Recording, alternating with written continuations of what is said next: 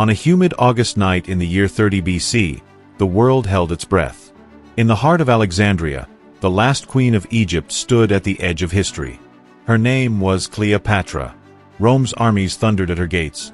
Her lover Mark Antony lay dead by his own sword, and the greatest empire of the ancient world prepared to erase her kingdom forever. But Cleopatra was no ordinary ruler. To some, she was a temptress who bewitched the most powerful men of Rome. To others, she was a cunning strategist, a scholar fluent in 9 languages, and the last guardian of Egypt's independence. Was Cleopatra truly the seductress Rome painted her to be? Or was she the brilliant monarch who outwitted emperors, only to be undone by fate? Today, we separate fact from fiction and uncover the truth about the woman who became legend. Welcome to the Historian's Vault, where lost legends and untold history come alive and remember. Subscribe to the Historian's Vault so you never miss the untold stories of history. To understand Cleopatra, we must first understand her world. It is the 1st century before Christ. Rome, the rising colossus, stretches its legions across the Mediterranean.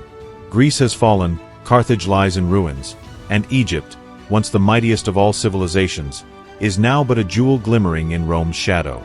Yet Egypt is no ordinary jewel. Its Nile floods bring life to endless fields of wheat.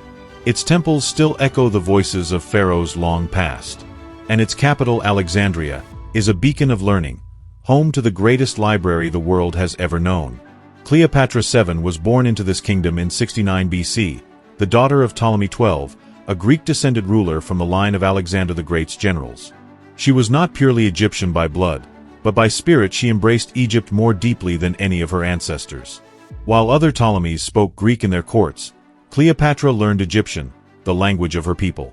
She studied mathematics, philosophy, astronomy, and politics. She was young when she ascended the throne, just 18 years old, forced to co-rule with her younger brother. The palace seethed with betrayal, exile, and assassination. Yet Cleopatra survived. Not by chance, but by wit. Today, her image survives in fragments, in coins, busts, and in the words of her enemies. But even through the smoke of propaganda, one truth remains: she was not a mere beauty, as Hollywood might have us believe. She was a strategist, a survivor, and above all, a queen who refused to let her country be swallowed by Rome without a fight. This is why her story matters even now. For Cleopatra forces us to ask, how does history remember women in power? As leaders? Or as temptresses? And how much of her story was shaped not by truth, but by Rome's desire to tarnish the queen they could not tame? Cleopatra's childhood was one of uncertainty. Her father, Ptolemy XII, nicknamed the flute player for his love of music, was weak and deeply unpopular. He bought Rome's support with gold but earned little love from his people. When he died in 51 BC, Cleopatra, at just 18, inherited a throne she was forced to share with her 10-year-old brother, Ptolemy XIII. In truth, she ruled alone. But palace advisors conspired to remove her, exiling Cleopatra to the desert. It was here that her legend begins. For when Julius Caesar, Rome's most powerful general, arrived in Egypt in pursuit of his rival Pompey, Cleopatra saw her chance. Smuggled into Caesar's chambers wrapped in a carpet, or so legend tells us, she presented herself not as a victim, but as Egypt's rightful queen. Caesar, struck by her intelligence, her confidence, and perhaps her charm, chose her side. With Roman legions at her back, Cleopatra returned to Alexandria. Her brother drowned in the Nile during battle, and Cleopatra emerged victorious. At just 21, she was sole ruler of Egypt. With her throne secure, Cleopatra turned to rebuilding her kingdom. She reformed Egypt's currency, stabilized grain production, and expanded trade across the Mediterranean. Her reign brought prosperity to a land long racked by palace intrigue. Cleopatra also bore Caesar a son, Caesarion. For her, this was more than love.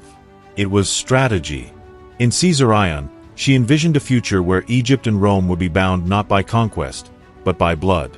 Cleopatra traveled to Rome, dazzling its citizens with her presence. She lived in a villa across the Tiber, and her image, crowned with the sun disk of Isis, spread through the city.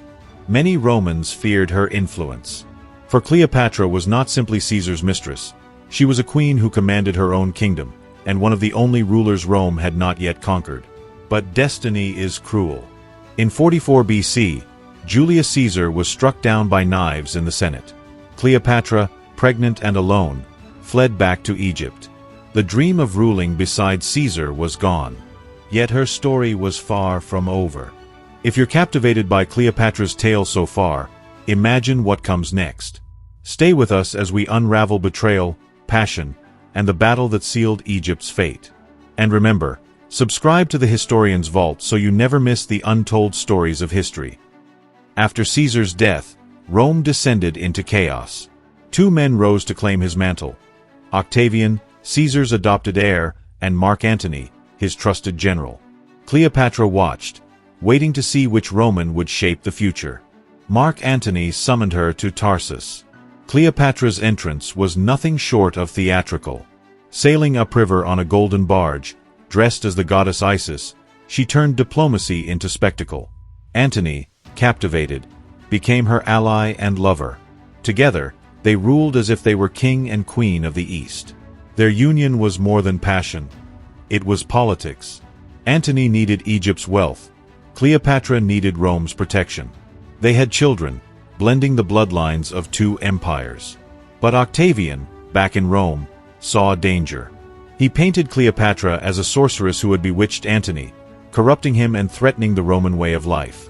His propaganda spread. Cleopatra was no longer seen as a queen, but as Rome's greatest enemy. In 31 BC, the two sides clashed at sea in the Battle of Actium. Octavian's fleet, disciplined and relentless, crushed Antony and Cleopatra's forces. Defeated, they fled back to Alexandria. The end came swiftly. Octavian marched on Egypt. Antony, shattered in spirit, fell on his sword. Cleopatra, refusing to be paraded in Rome as a conquered queen, prepared for her final act. On August 12, 30 BC, she dressed in royal robes, adorned herself with jewels, and took her throne one last time. In her hand, perhaps, a vial of poison. At her side, a basket said to contain an asp, a sacred Egyptian cobra. When Octavian's soldiers found her, Cleopatra was dead. At 39 years old, the last pharaoh of Egypt had joined the ranks of legend. With Cleopatra's death, Egypt became a Roman province. The line of pharaohs, stretching back 3,000 years, ended. Octavian, now Augustus, became Rome's first emperor, and the world entered a new age. Yet Cleopatra refused to vanish. In Roman memory, she lived on as a temptress, a cautionary tale of female ambition. In Egypt, she was remembered as a goddess queen who defied an empire. And in our world today, Cleopatra endures, not as myth alone, but as a reminder of the complexity of power, of the way history twists truth, and of a woman who refused to be forgotten. Legends say Cleopatra died by the bite of an asp, a symbol of divine royalty in Egypt. But was this true? Some historians argue it was poison concealed in a hairpin or ointment. Others believe Octavian allowed the myth to flourish, for it gave her death a tragic grandeur. Cleopatra also styled herself as Isis Reborn, the mother goddess of Egypt. In art and ritual, she blurred the lines between queen and deity. This divine image made her beloved in Egypt, yet feared in Rome. Her story mirrors other legends: Helen of Troy, whose beauty sparked wars; Wu Zetian of China, a woman who seized an empire. Across cultures, powerful women are remembered not only for their rule, but for the myths that men wove around them. Cleopatra's life is a mirror. To some, it reflects seduction and downfall. To others, brilliance and resilience. Perhaps the truth is both, and more. She teaches us that power is fragile, especially for those who dare to stand against empires. She shows us how propaganda can twist truth into legend. And she reminds us that history is not only about those who conquer, but those who resist. Cleopatra's kingdom fell. Yet her story rose higher than the pyramids, carved not in stone but in memory. And in that sense, she remains eternal. If you enjoyed this journey into the life and legacy of Cleopatra, don't forget to like, share, and subscribe. Tell us in the comments, which ancient empire should we explore next? From the sands of Egypt to the cities of Rome, the past still whispers. And here, in the Historian's Vault, those whispers live again.